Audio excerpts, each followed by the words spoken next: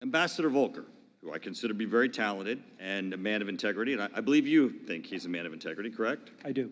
He testified that the President of the United States did not tie either a meeting with the President, a phone call, or any aid to investigations of Burisma 2016 or the Bidens, that the President did not do that. And you've testified that the President did not tell you that he tied them either, correct?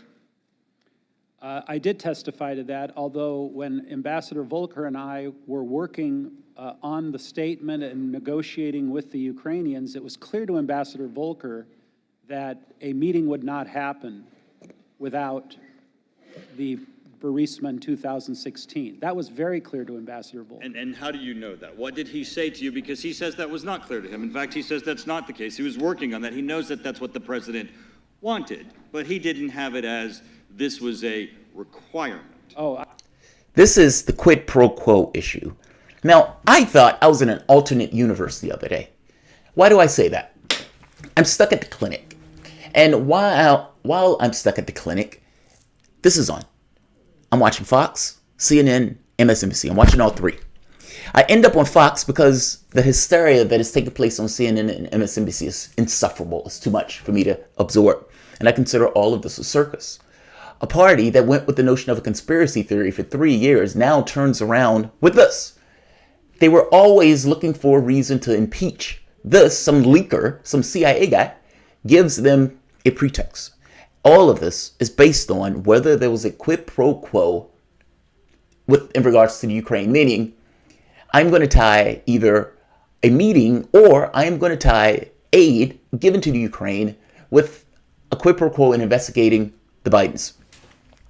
Now, I don't think the President of the United States should be doing that if that's indeed what the President was doing. But should that lead to impeachment? On CNN and MSNBC the other day, and keep in mind, all of this is very narrowly constrained. The question of whether we should be giving aid to the Ukrainians doesn't come up. The question of whether or not it is wise to ignore Russian interests in this kind of Cold War hysteria of giving weapons to the Ukraine, that doesn't come up. Whether Ukrainians are going to use those weapons in the first place or they're just going to sell those weapons, it's a massively corrupt country, that doesn't come up. A lot of this are just critiques of the president's positioning on issues of the Ukraine and issues dealing with Russia. All of these unnamed regular people who supposedly work within the administration, supposedly at the leisure of the president, don't like his policies. And so a lot of this is a rah-rah, Cold War hysteria type stuff. It's insufferable to watch. What was more insufferable the other day was CNN hearing Sondland and coming back saying, this is a smoking gun, we got him. The thing across the bottom, Sondland implicates Giuliani, Pompeo. Essentially, everybody knew about it. Everybody knew about it. The president issued the quid pro quo, and Sondland, the ambassador to the EU, has the goods. This guy has the goods. CNN and MSNBC were running with that. They were chest thumping with that. News agencies around the world ran with Sondland says Trump demanded quid pro quo. Demanded. Trump push quid pro quo. We got him. Now this led to Trump coming out like a maniac, screaming to the press, no quid pro quo, no quid pro quo. And I was like, why is Trump flipping out like that? The reason Trump is flipping out like that is because what you won't see, what you won't hear on other mainstream media sources is what I'm about to show you. Sondland, who supposedly had the goods. He implicates everybody. Everybody knew it was a total quid pro quo. Gets absolutely shredded. And what mainstream media was calling a demand, a quid pro quo, Sondland gets taken apart. Mainstream media won't show you what I'm about to show you. But this took place also at the hearings. Welcome to the Soapbox.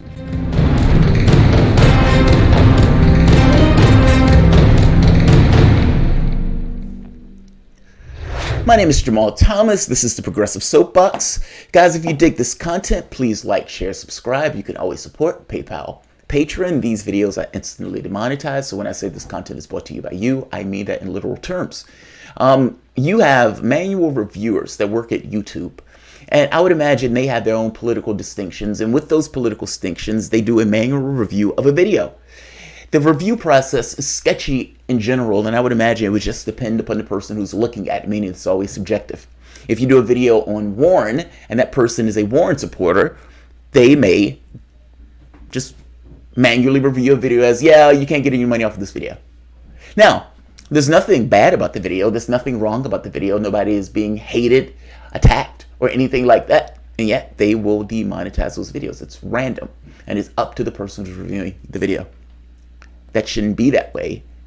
And when I call for a union, it's for reasons like this. Ambassador Sondland gives Adam Schiff what he believes to be a smoking gun, and what the media runs out with the notion that it is a smoking gun. Honestly, if you were watching CNN on MSNBC 2 days ago at the impeachment hearings, you know exactly what I am talking about. They ran with this as if we got him. We got him. This is the quid pro quo. This is the thing that proves the quid pro quo. Sondland has just given Trump up on a platter. Listen to Republicans question Sondland. This is why this kind of non-transparent stuff is so dangerous. They give you one perspective of reality. The Democrats. The media runs with that one perspective of reality, and any contravening evidence to that gets pushed to the wayside because it doesn't fit within the context of their narrative. This is propaganda. This is propaganda. So, I'm not a fan of Trump. I'm also not a fan of this impeachment hearing, and I don't like gaslighting and propaganda. And that's exactly what this is. Michael Turner cross-examines Sondland. I strongly disagree with that portion of his testimony. It was absolutely a requirement, or we would have just had the meeting and been done with it. What about the aid? He says that they weren't tied, that the aid was not tied. And I didn't say they were conclusively tied either. I said I was presuming it. Okay, and so the president never told you they were tied. So your testimony, his testimony is consistent, and the president did not tie aid to investigations. That's correct. Okay, he also testified that he spoke to Giuliani and that Giuliani did not relate that he was tying on behalf of the president or on the president's behalf aid, and then in fact, Giuliani never said to him that aid was tied to investigations. Now, the question I have for you is, did you ever have a conversation with Giuliani that did not involve Volker? Because your testimony is a lot of we's and us's. So do you and Giuliani have a separate conference, separate phone call where Giuliani told you that the aid was tied? Because Volker says, and if he was on all your phone calls, Volker says that never happened. No, I did have a few conversations. I don't recall how many because I don't have the records with Mr. Giuliani directly when Mr. Volker wasn't available. And did Giuliani say to you, go ahead, what were you going to say? I don't believe I testified that Mr. Giuliani told me that aid was tied. Oh, I think, see, this is part of the problem, Ambassador Sondland, and I just want to walk you through this, is you've said to us everyone was in the loop, and everyone knew. Now, hold on a second. He did, by the way. If you were watching CNN, they came out and said, everybody knew. Giuliani, Pence, everybody knew. Pence put out a statement immediately saying, this never took place. What Sondland is saying is not true. The implication that Sondland has made is not true. And right here, you're getting him being taken apart by this. Let's keep going. I've listened to you today, as a lot of people, and not only are your answers somewhat circular, frequently you've contradicted yourself in your own answer. Now, the text messages and emails that you put up there, Kurt Volker walked us through, and he has a completely different understanding of what you were saying than what you're saying you were saying. So I'm a little confused as to how everyone's in the loop, because if Giuliani didn't give you any express statement, then it can't be that you believe this from Giuliani. Now, let me tell you right now, because is Donald Trump your friend? No, we're not friends. Okay. Do you like the president? Yes. Okay. Well, after you testified, Chairman Schiff ran out and gave a press conference and said he gets to impeach the President of the United States because of your testimony. And if you pull up CNN today, right now, their banner says, Sondland ties Trump to withholding aid. Is that your testimony today, Ambassador Sondland, that you have evidence that Donald Trump tied the investigations to the aid? Because I don't think you're saying that. I've said repeatedly, Congressman, I was presuming. I also said that President Trump. So no one told you, not just the president. Giuliani didn't tell you, Mulvaney didn't tell you, nobody, Pompeo didn't tell you, nobody else on this planet told you that Donald Trump was tying aid to these investigations. Is that correct? I think I already testified. No, answer the question. Is it correct? No one on this planet told you that Donald Trump was tying this aid to the investigations? Because if your answer is yes, then the chairman's wrong and the headline on CNN is wrong. No one on this planet told you that President Trump was tying aid to investigations. Yes or no? Yes. Right there. Right there. That's damning. How does that not indict everything that MSNBC has said it is right? I thought I was on another fucking world. I was watching Fox, and Fox came out with he was presuming. Now, I didn't even see this video.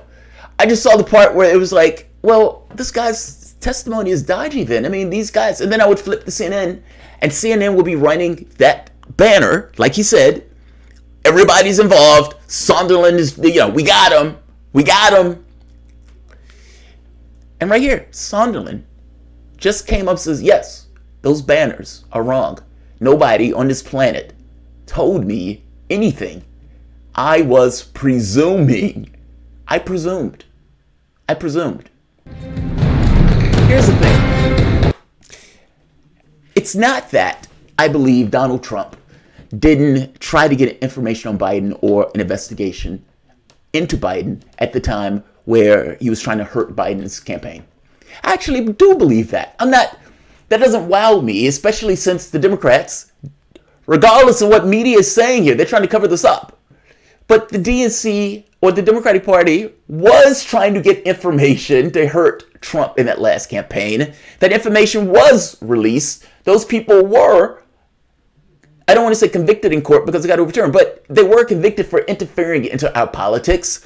They did believe Clinton was going to win, and as such, thought that there would be no issue at all with releasing that information in order to hurt Trump. It is consistent from the standpoint of the incentives involved in the process of the Ukrainian government that is absolutely submissive to U.S. interests and believes that another Democrat is going to take office. They're trying to pretend that that's not true, and they're doing everything that they can to hit Solomon and all of this other stuff. His reporting is solid. This completely contradicts the headlines in the media that is being reported that tried to say that Sondland gave the goods, showing that Trump was demanding a quid pro quo and that he somehow knew about it. He was presuming. And right here, he just said, yeah, these guys are wrong. They're wrong. They're wrong. If they're coming to that assessment for my testimony, they're wrong. You won't see this on mainstream media. So, you really have no testimony today that ties President Trump to a scheme to withhold aid from Ukraine in exchange for these investigations. Other than my own presumption. Which is nothing. I mean, that's what I don't understand. So you know what hearsay evidence is, Ambassador? Hearsay is when I testify what someone else told me. Do you know what made-up testimony is? Made-up testimony is when I just presume it. I mean, you're just assuming all of these things, and then you're giving them the evidence that they're running out and doing press conferences, and CNN's headline is saying that you're saying the President of the United States should be impeached because he tied aid to investigations, and you don't know that, correct? I never said the President of the United States should be impeached. Nope, but you did. You have left people with the confusing impression that you were giving testimony that you did not. Yes. That is scathing cross-examination. Oh, I love that. I love that. Fucking scathing. He got picked apart. He got absolutely picked apart. Garden, too bad they won't convict him of crimes against humanity. I know. Isn't it weird? It's like Trump goes and steals oil in Syria. Nope, that's not part of the investigation. Trump continues this murderous war in Yemen that was started with Obama. And nope, we can't do that, because if we do that, we got to get Obama, because Obama greenlit. It was also helping. Like, even this notion that Obama wouldn't send weapons to Russia, to Ukraine, because he didn't want it to kill Russians, and he didn't like necessarily a provocation in this way. Trump sends those weapons, and they still ding him for, well, he didn't send those weapons fast enough. All of this is like a mirror universe. It's utterly extraordinary. It's utterly extraordinary. Marcus Will, how much you selling that bridge on Jupiter for? I'm interested. How much you willing to give me for that bridge on Jupiter? I mean, it's a good bridge, dog. It's a good bridge. Look, I am not saying by any stretch that Trump wasn't trying to ding his opponent. He probably was. I am not saying that that's a good thing. I think that is a horrible thing and a horrible precedent. I am not saying you shouldn't censure the president. I am saying that strategically, this is a horrible, horrible idea. And that you're seeing that in the polling when Trump is getting a tick up in the polls, not just one poll, multiple polls, where he's showing that impeachment is working to his benefit. The latest national poll from Emerson College finds 45% oppose impeaching Trump against 43% who support it. That's a 6-point swing in support from October, when 48% of voters supporting impeachment and only 44% opposed. More importantly, the poll shows that independents now oppose impeachment more than they support it, a significant change from Emerson's polling in October. The new poll found 49% oppose impeachment compared to 34% who support it. In October, 48% of independents polled supported impeachment against 34% that oppose. All of this impeachment was supposed to get enough public support, public interest, to push and put political pressure on Republicans to either flip on Trump or to just make this look outright bad from the standpoint of the public that think he's profoundly guilty. That's not working. And not only not working, it is going in the opposite direction. And this is also shown up by the money and the revenue that the Republican Party is raising in comparison to the Democratic Party. Those numbers are, the Democratic Party is broke. The Republican Party is flushed with cash. So, bad strategy, bad tactics. Like, share, subscribe. Think so. I worship these posts. It's all you got. It's all you got. I don't think these things are exact. I mean, there is no such thing as exact. I don't take my reality to be solid in this way. But there are moments in time. And as moments in time, you can see various trends in those polls. The number is less important than the trend. The trend, I do accept. I do worship the trends. I think the trends are important. As for the polls, there's numbers, moments in time. Like, share, subscribe.